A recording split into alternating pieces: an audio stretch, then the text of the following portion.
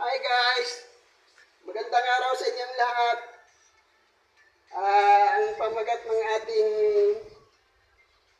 i-vlog ay patungkol sa science.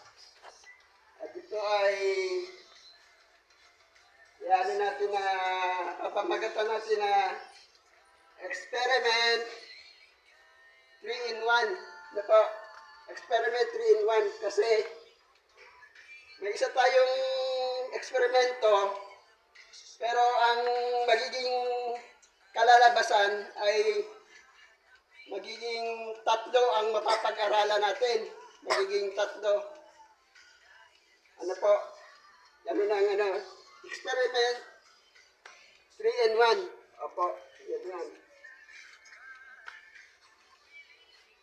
Guys, alam niyo ba yung tungkol dito sa screwdriver na may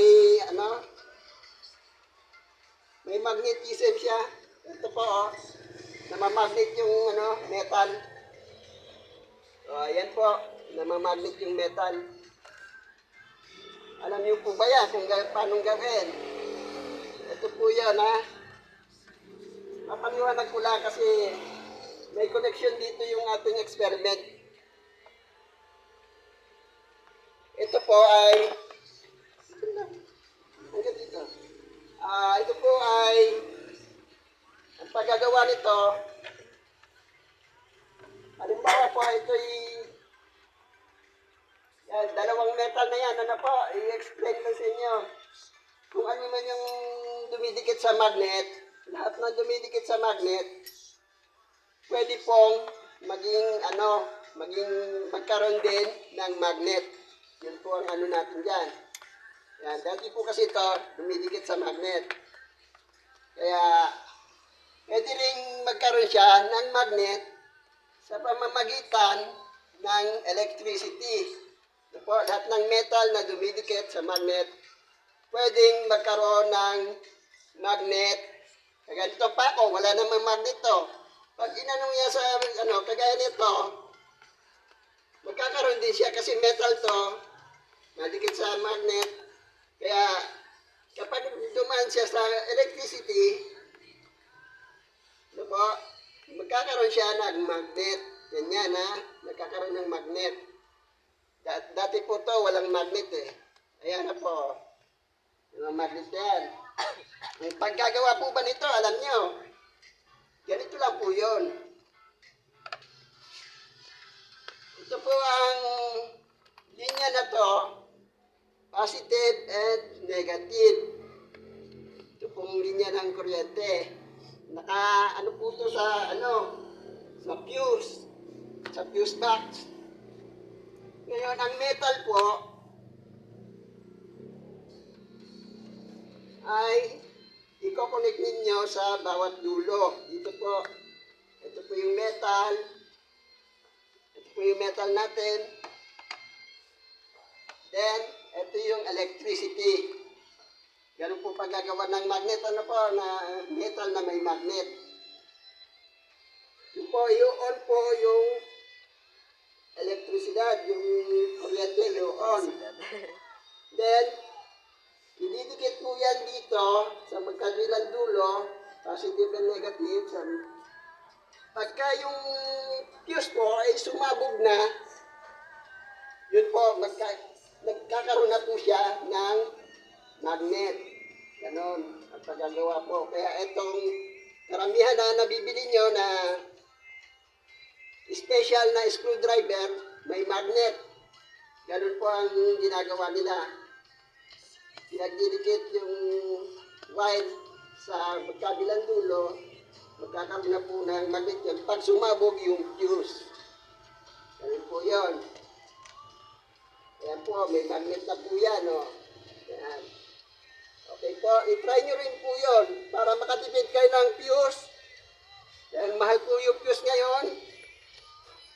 Direkta nyo na lang sa palara. Yung fuse na balutan nyo ng palara, yung fuse na gamit na, yung sumabog na, balutan nyo ng palara, yun. palaran ng sigarilyo, pwede rin po yun. Pagka ibabalot niyo po doon sa fuse, sa dalawang fuse. Kaya pag sumabog po yung fuse na palara, yun, magkakaroon na ng magnet yung inyong metal. No, kaya ko naman po ito na ano, oh, ang isa na po ito ha, na ano, kasi 3 in 1 yun. Ang pangalawa po, pero huwag niyong ano to, basta i-remind niyo to, mamaya-maya ibabalik tayo rito.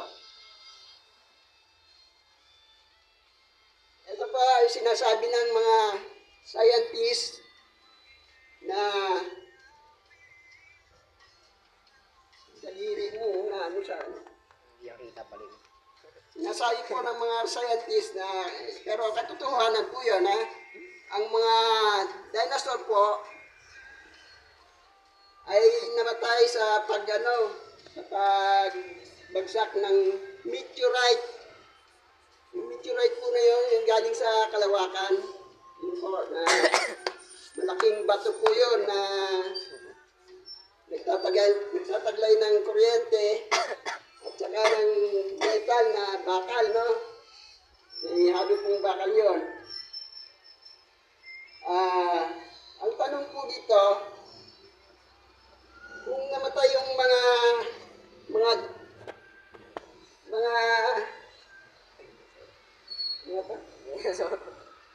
kung namatay yung mga hayop na to, yung mga dinosaur, saan po bandang yun? Saan ang tanong, saang lugar bumagsak yung meteorite na ikinamatay ng mga dinosaur sa buong mundo? Yun po, ang aalamin natin, no? Tapos, paano sila namatay? Bumagsak lang ang meteorite, ha? Paano sila namatay? Ang sagot po yun, ang pinamatay ng mga dinosaur, sila po ay naapektuhan ng radiation active chemicals, ha? Radiation active chemicals. Yun po yung nalanghap nila na may usok, na may halong radiation, no? Kaya namatay ang mga dinosaurs. Yun po. Ang example po yun na may radiation na natin, magagamit natin ngayon, yung natatandaan niyo po ba, yung nauso yung plaka, yung mga long playing. Yung plaka na pinapatugtog gamit sa musical. Yun po, pag example po yan, may radiation po, ang lakas ng radiation nun, kasi ang plaka, pagka sinindihan mo, sinunog mo ang mga plaka, ang apektado po niya yung manok natin, mga manok. Magkakaroon ng peste ng manok. Yun po. Kaya sa probinsya, pag may nagsusunog ng mga plaka, namamatay yung mga manok, nag-aaway yung mga kapitbahay. Yun po ang example nun. Malakas ang radiation nun. Yun po. Pangalawa na yan, kasi 3 in 1 eh. Ngayon, ang pangatlo, yung meteorite po na bumaksak. Yun po, alam niyo po yung mga meteorite, ang katangian niyan ay may ano po yan eh, may electricity. Po.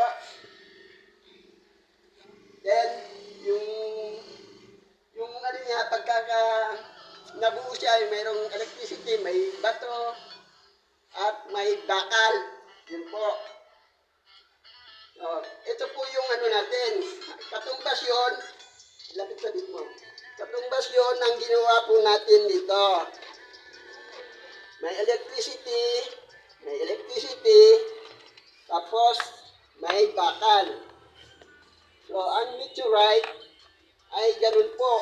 May bakal, may elektrisidad. Once na nag-black out ang electricity, elektrisidad ng meteorite, nagpa-blackout po yun kasi lalagpak po sa tubig, maga-grounded. Ayun po. Halimbawa, ganito. Pwede ba?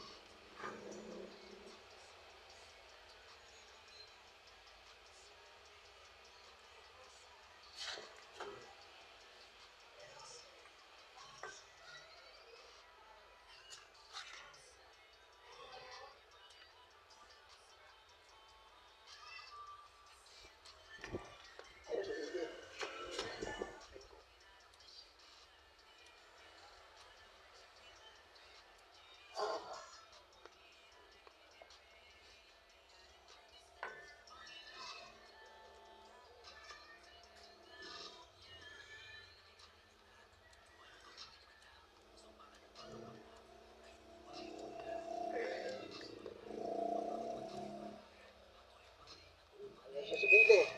O, di ba rin po, kung ayaw siya sumindi, basta ito yung meteorite. No? Halimbawa. Ngayon, pag bumagsak siya, meron siyang kuryente. Tapos, meron siyang bakal, yung meteorite. Yun po, nanggagaling sa kalawakan. Yun po ay may taglay na kuryente at bakal. Kasi po, tinesting na ng mga tao, talagang dumidikit siya sa magnet.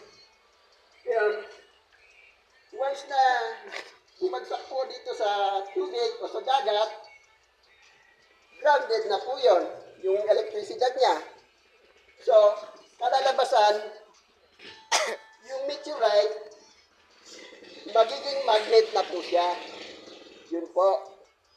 Dahil, ang pinag-usapan po natin, katulad nito, yung metal na dumidikit sa magnet, kapag may nagtataglay ng elektrisidad, yun po, once na yun ay mag-blackout, yun ay magkakaroon na ng magnet.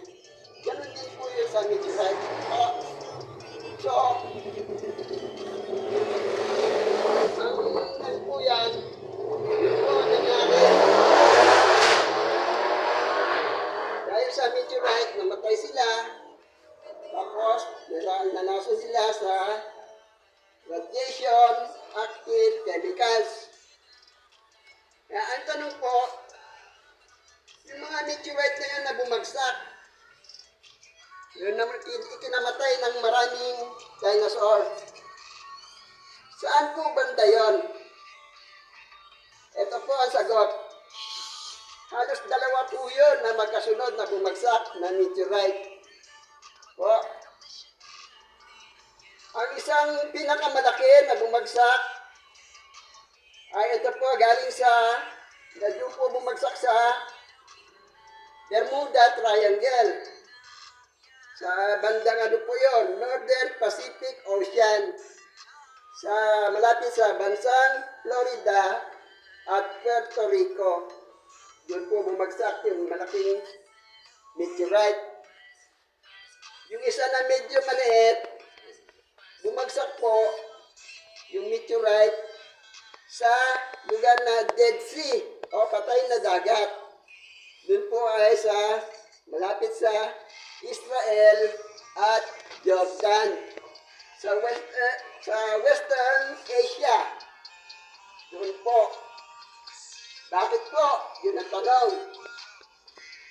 Hindi po ba nagtataka kayo na sinasabi rin ng mga scientists na ang Bermuda Triangle ay maraming nadidisgrasya o lumulubog ng mga barko at eroplano. Yun po. Yun, sa Bermuda Triangle po. Northern Pacific Ocean po yan, Florida, Puerto Rico. Oh, bali dalawa yan. May bulong-bulubog din na barko dito sa Jordan at Israel. Western Asia po yan. Ngayon, kaya po lumulubog ang mga barko, yan po ang sikreto ng Bermuda Triangle. Kasi yun po ay naging magnet, yung bumagsak na malaking, ano po yun? Malaking meteorite na bumagsak. Yun po ay naging magnet na. Dahil nag-grounded na siya doon sa tubig, sa ilalim ng dagat, no? Nakaka-grounded naman talaga yung tubig, eh. May taglay kasing elektrisidad yun. Napakalaking elektrisidad kasi malaking bato na meteorite. So, kaya po, yun po ang resulta, nagtataka sila bakit lumulubog ang mga vapor at eroplano sa Bermuda Triangle. Yun po ang sagot doon. Kasi may malaking meteorite na nabagsak doon. So, yun po. Kaya nga, ang ating experiment ay pinamagatan na experiment 3-in-1. Nalaman natin ang lahat ng metal. Number 1 po yan. Ang lahat ng metal ay dumidikit sa magnet at nagiging magnet na rin kapag nadaluyan at na putukan ng fuse. Nag-duck out bigla.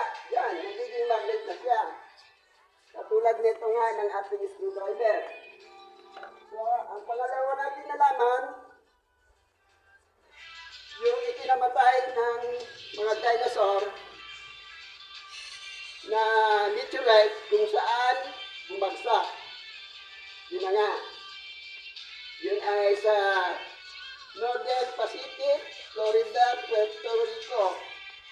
Bermuda Triangle po yun. Tapos sa Dead Sea, Jordan at Israel. Western Asia. Yun po, pangalawang meteorite na bumagsak. Kasi po, lumulubog din ang mga bakor doon. At saka may nadidisgrasya na aeroplano. Kung magtatanong po kayo, lapit-lapit? Wait lang.